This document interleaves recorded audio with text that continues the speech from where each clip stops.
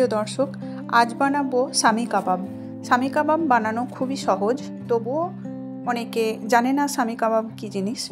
তাই কোরবানি উপলক্ষে সামি কাবাব ঘরে তো বানাতেই হবে।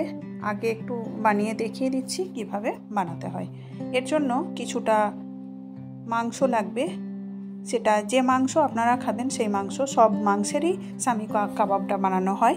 তো প্রথমে কাবাবের জন্য ডাল ভিজিয়ে রেখেছিলাম। যতটা মাংস নিতে হবে তার অর্ধেক ছোলার ডাল নিতে হবে।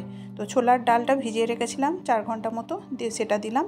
মাংস দিলাম, ডাল দিলাম, আদা কুচনো দিলাম 1 ইঞ্চি মতো, আর রসুন দিলাম, একটা গোটা পেঁয়াজ দিলাম, 4-5টা শুকনো লঙ্কা দিলাম, তেজপাতা দিলাম একটা, অল্প একটু 1 ইঞ্চি মতো দারুচিনি দিলাম, 3-4টে ছোটো এলাচ, একটা বড় এলাচ, অল্প একটু জয়িত্রী, আর অল্প একটুখানি জায়ফল। এগুলো বেশি বেশি না, অল্প অল্প করে দিতে হবে, কারণ এই মশলাগুলো খুবই উগ্র গন্ধ, জায়ফল আর জয়িত্রী, তাই অল্প করে দিলাম। ব্যাস, এবার হলুদের গুঁড়ো দিলাম। হলুদের গুঁড়ো দিলে কাবাবটার কালারটা খুব সুন্দর আসবে। তো হয়ে গেল মোটামুটি ইনগ্রিডিয়েন্টগুলো দেওয়া। এর মধ্যে এবার অল্প পরিমাণ একটু পানি দিলাম, আর একটু স্বাদ অনুযায়ী নুনও দিয়ে নিতে হবে। যতটা পরিমাণ সেটা আন্দাজ করে একটু নুন দিয়ে নিলাম। এবার ঢাকনা বন্ধ করে এটা সিটি দেব দুটো হুইসেল পড়ার পরে আমি আসছি আবার ফিরে। ততক্ষণ একটা কাঁচা পেঁয়াজ আর একটু কাঁচা লঙ্কা, 1-2 যতটা লাগবে অতটা পরিমাণ দিয়ে, আর ভিনিগার দিয়ে এটা ভিজিয়ে নিলাম। অল্প একটু নুনও দিয়ে নেবেন, দিয়ে এটাকে মাখিয়ে রেডি করে রাখছি। এটা দিতে হবে কাবাবের ভিতরে পুর হিসাবে। এটা দেওয়ার ফলে টেস্টটা খুব সুন্দর লাগে।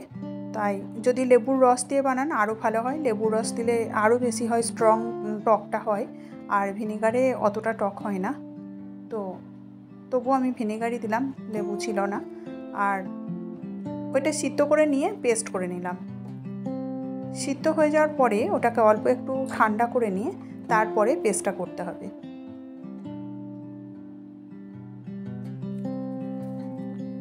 ডাল আর মাংস সিদ্ধ করে, যেটা মশলা সমেত সিদ্ধ করলাম, সেটা সমস্তটা মশলা সমেতই এটা পেস্ট করতে হবে। আর যদি মিক্সি জার না থাকে, মিক্সি মেশিন না থাকে, তাহলে শিলপাটাতে ভালো করে বেটে নিতে হবে। তা না হলে ওই গোটা মশলাগুলো দাঁতে ঠেকলে খেতে ভালো লাগবে না, উগ্র গন্ধটা এক জায়গা পড়ে গেলে ভালো লাগবে না। তো যাই হোক, ভালো করে ফাইন পেস্ট এটাকে করে নিয়েছি। আর এর মধ্যে দিতে হবে এবার পুদিনা পাতা ও ধনে পাতা। কুচিয়ে রেখেছিলাম ধনে পাতা, আর পুদিনা পাতাটা হাতে করে ছিঁড়ে ছিঁড়ে দিতে হবে। কুচিয়ে দিলে আবার এর গন্ধটা অতটা হয় না, আর একটু কালো দাগ হয়ে যায়। পুদিনা পাতার আয়রন বেশি থাকার কারণে একটু কালো কালো হয়ে যায় কুচিয়ে রাখলে, তাই একটু ছিঁড়ে ছিঁড়ে দিলাম। আর একটা দিয়ে নিলাম ডিম। ডিমটা দিলে বাইন্ডিংটা ভালো হবে আর বাঁধবে ভালো, যে কারণে একটা ডিম দিতে হয়। ব্যাস, আর কিছু লাগবে না। এটাকে এবার ভালো করে চটকে মেখে সব কটা পাতা টাতা মিশিয়ে নিয়ে দিয়ে তারপর এবার চপের আকারে এটাকে করতে হবে। খুব সিম্পল আর খেতে খুব সুন্দর।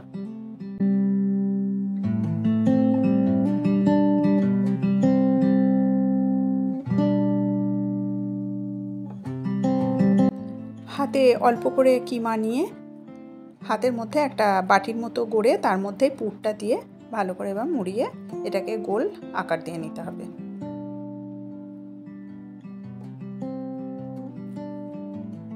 এবার ঘুরিয়ে ফিরিয়ে এটাকে অল্প একটু চ্যাপ্টা করে নিচ্ছে। সামি কাবাব এই আকারেরই দেখতে ভালো লাগে। এইভাবে আমি যতগুলো বানাবো ততগুলো বানিয়ে নিচ্ছি, বাকিটা ঢাকা দিয়ে ফ্রিজের মধ্যে রেখে দেবো, আবার রাত্রে গরম গরম ভেজে খাওয়া হবে। এখন কড়াইয়ের মধ্যে তেল দিয়ে নিয়েছি, এর মধ্যে এবার একটা একটা করে ছেড়ে দেবো। তেলটা খুব গরম করার দরকার নেই, মিডিয়াম রাখলেই হবে।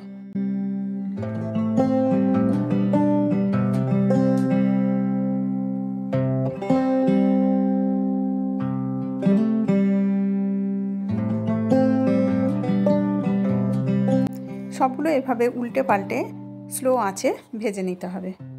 আমার এই রেসিপি যদি আপনাদের ভালো লাগে তাহলে প্লিজ একটু আত্মীয় পরিচিতদের মধ্যে শেয়ার করে দেবেন, আর নতুন হলে প্লিজ সাবস্ক্রাইব করে একটু পাশে থাকবেন। আর মূল্যবান সময়টা আপনাদের এই ভিডিওতে দেওয়ার জন্য অসংখ্য ধন্যবাদ। চপগুলো আমার সব কটাই ভাজা হয়ে গেছে। আমি কটা প্লেটে তুলে নিয়েছি। তুলে নিয়ে আমি আপনাদের এবার দেখাচ্ছি।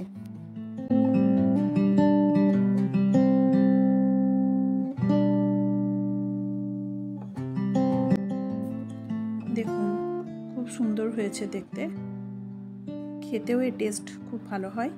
আর একটা ভেঙে দেখাচ্ছি, দেখুন ভিতরে পেঁয়াজের পুরটা ঠিক এইভাবে আছে, পেঁয়াজ আর কাঁচা লঙ্কার পুর।